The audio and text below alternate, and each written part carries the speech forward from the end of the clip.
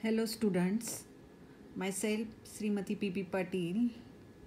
Today we are going to study new chapter number 7, plant growth and mineral nutrition. You know, in this chapter some topics are deleted.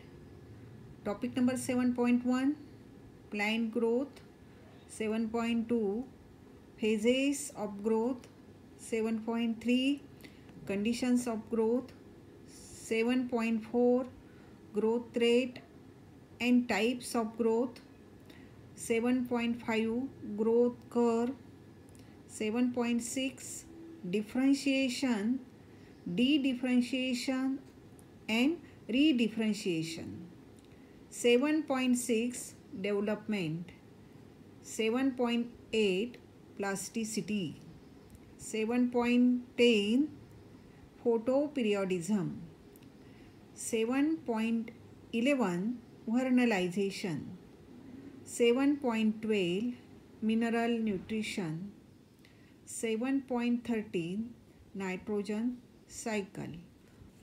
All these topics are deleted from this chapter. Now let us see growth. Growth is one of the characteristic features of living organisms. Growth as a phenomenon has two aspects: quantitative growth and qualitative growth. Quantitative means increase in the length, breadth, size, volume, body mass or dry weight and number of cells. Qualitative means qualitative growth, the change in the nature of growth where the development is an ordered change or progressive, while differentiation leads to higher and more complex state. Growth, definition of growth. Growth thus can be defined as permanent, irreversible increase in the bulk of an organism accompanied by the changes of form.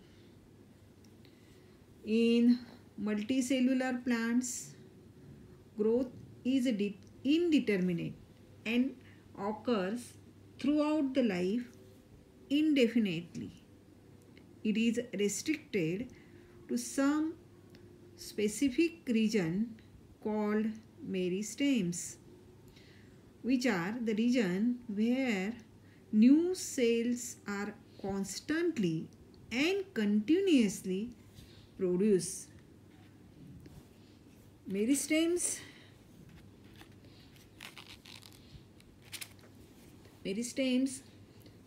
region which shows continuously and constantly division of cell.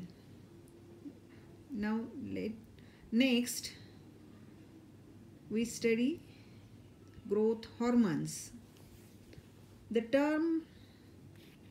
internal factors that influence growth are called growth hormones or growth regulators. The term hormone was coined by Sterling in 1906. Growth promoters are auxins, gibberellins and cytokinins. These are growth hormones. Growth inhibitors in plants are ethylene and abscisic acid. According to Thamman and Pincus in 1948, plant hormones are organic substances they produced naturally in higher plants and affecting growth and other physiological functions. They transport through phloem parenchyma. First plant hormone, auxin. Auxin, F.W. Wain, name of the scientist, in 1931 used the term. First, auxin was isolated from the urine of a person suffering from pellagra.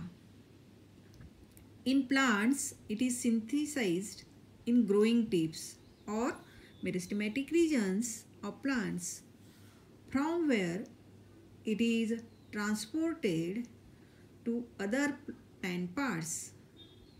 The most common and important natural auxin is, for example, indole 3 acetic acid, in short, capital IAA.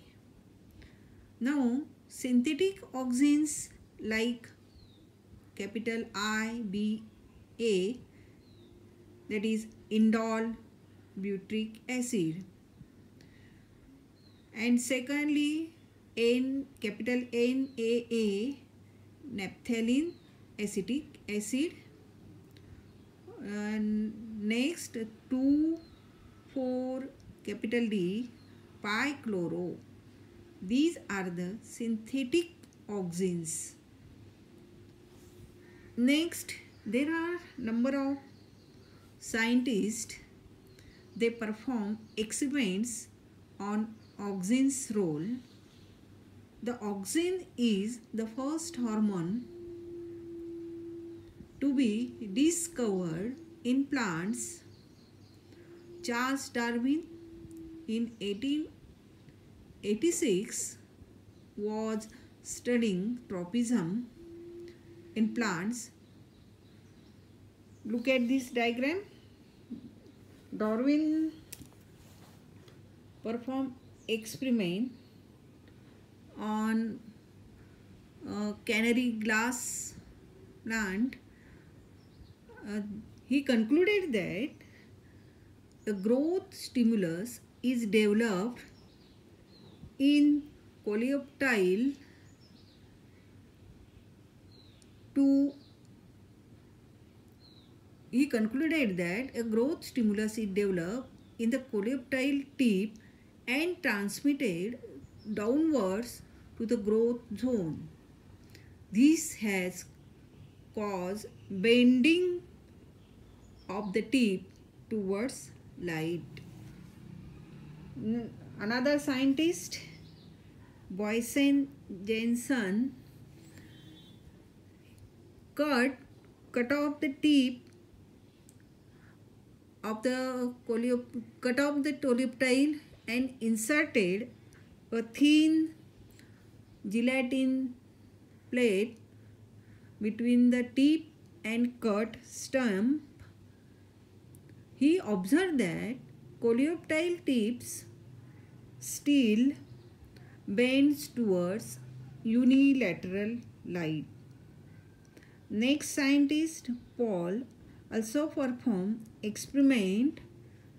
He cut off the tip of coleoptile and placed the tip on one side. He observed that the coleoptile tip bent away from the side bearing tip even in dark. In absence of light, bending of bending. Next experiment performed by Wain in 1928. He successfully isolated natural auxin from Avena coleoptile tips. He cut off the tip and placed them on small agar blocks asymmetrically and cut coleoptile stump that cause bending. He demonstrated the presence of substance which could diffused into agar blocks. Wendt named this substance as oxine. In this way, all these scientists perform the experiments on oxine's role. First,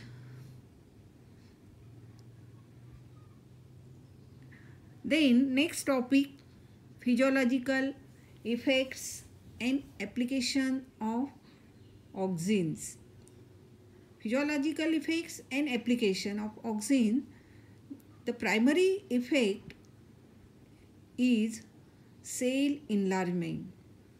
In most of the higher plants, growing apical bud inhibits the growth of lateral buds. This condition, this is called as apical dominance. Auxin stimulates growth of stem and root. Auxin induces multiplication of cells, hence used in tissue culture experiments to produce callus.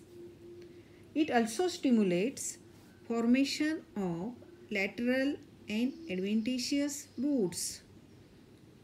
The seedless fruits like orange, lemon, grapes, banana, etc. are produced by application of auxin. Auxins promote cell division in cambium and also cause early differentiation of xylem and phloem. It also promotes root elongation. A foliar spray of NAA and 2,4-D induces flowering in lychee and pineapple plants. It prevents premature fruit drop in plants like apples, pear and oranges. Auxins breaks dormancy in seed and promotes quick germination in seeds. In this way, we studied auxins and physiological effects and application of auxins.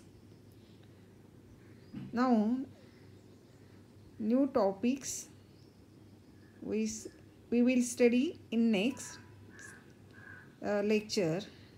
Thank you. Bye.